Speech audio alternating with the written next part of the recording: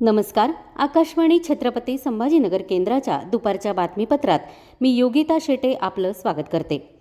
दिल्लीत काँग्रेसच्या रॅलीत पंतप्रधान नरेंद्र मोदी यांच्या विरोधात केलेल्या आक्षेपार्ह वक्तव्याबद्दल काँग्रेसनं माफी मागावी अशी मागणी राष्ट्रीय लोकशाही आघाडीच्या सदस्यांनी आज संसदेच्या दोन्ही सभागृहात केली. यावरून झालेल्या गदारोळामुळे लोकसभा आणि राज्यसभेचं कामकाज आज बाधित झालं.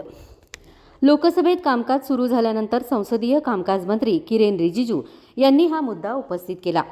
काँग्रेस पक्षानं या रॅलीत पंतप्रधानांविरुद्ध केलेल्या वक्तव्याचा निषेध करत ते म्हणाले, प्रधानमंत्री नरेंद्र मोदी जी को दुनिया मानते हैं, देश के लोग मानते हैं, और उसमें कुछ विपक्ष के लोग प्रधानमंत्री को अगर जान से मारने के लिए कहता है तो ये बहुत ही दुखद और अफसोस की बात है. सिर्फ खंडन करने से नहीं होगा. कांग्रेस अध्यक्ष और कांग्रेस के नेता प्रतिपक्ष दोनों लोकसभा राज्यसभा में देशवासियों से माफी मांगना चाहिए.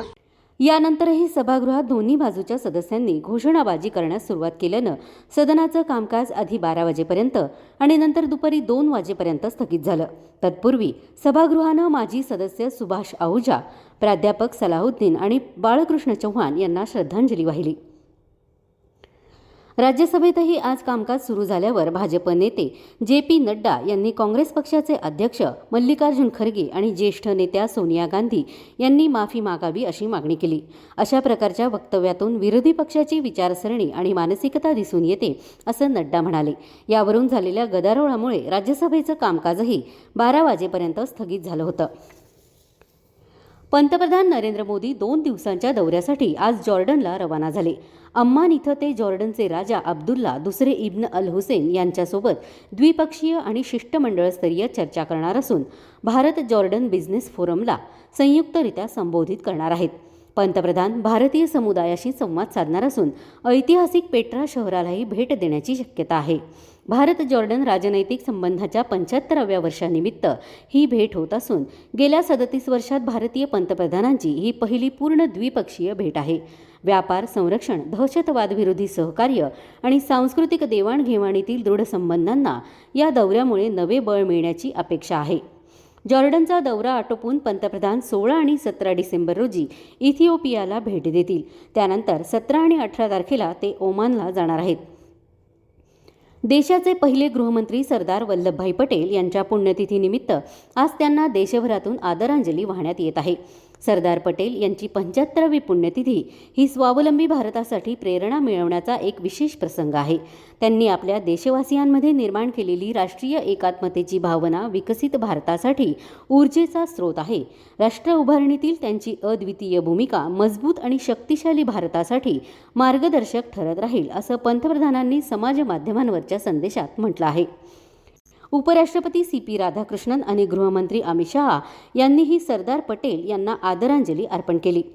पहिला स्क्वॅश विश्वचषक जिंकल्याबद्दल पंतप्रधान मोदी यांनी भारतीय संघाचं अभिनंदन केलं आहे. यामुळे भारताचं जागतिक क्रीडा स्पर्धांमधलं वर्चस्व दिसून येतं. तसंच या खेळाची लोकप्रियता वाढून खेळाडूंना प्रेरणा मिळेल असं पंतप्रधानांनी आपल्या संदेशात म्हटलं आहे. केंद्रीय गृहमंत्री अमित शहा यांनी देखील भारतीय स्क्वॅश संघाचं अभिनंदन केलं. या संघानं देशासाठी एक गौरवशाली इतिहास रचला असून त्यांचं क्रीडा कौशल्य नवीन प्रतिभांसाठी प्रेरणा ठरेल असं त्यांनी म्हटलं आहे.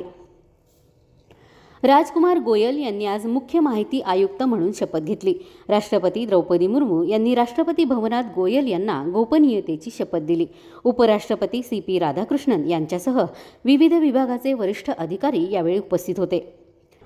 राजकुमार गोयल यांनी आज मुख्य माहिती आयुक्त म्हणून शपथ घेतली. राष्ट्रपती द्रौपदी मुर्मू यांनी राष्ट्रपती भवनात गोयल यांना गोपनीयतेची शपथ दिली. उपराष्ट्रपती सी.पी. राधाकृष्णन यांच्यासह विविध विभागाचे वरिष्ठ अधिकारी यावेळी उपस्थित होते. अर्जेंटिनाचा फुटबॉलपटू लिओनेल मेस्सी आज त्याच्या गोट इंडिया दौऱ्याच्या 4थ्या आणि अंतिम टप्प्यासाठी नवी दिल्लीत पोहोचेल. अरुण जेटली मैदानावर मुख्य कार्यक्रम होणार आहे. यावेळी मेस्सी 3 युवा ट्रॉफी जिंकणाऱ्या मिनर्वा अकादमीच्या संघांचा सत्कार करणार आहे. तसंच काही मान्यवर खेळाडू फुटबॉलचा सामना देखील खेळणार आहेत. भारतीय रेल्वे संपूर्ण ब्रॉडगेज जाळ्याचं विद्युतीकरण पूर्ण करण्याच्या मार्गावर आहे. 25 राज्य आणि केंद्रशासित प्रदेशांमध्ये 99% अधिक विद्युतीकरण पूर्ण झाल्याची माहिती रेल्वे मंत्रालयानं दिली आहे.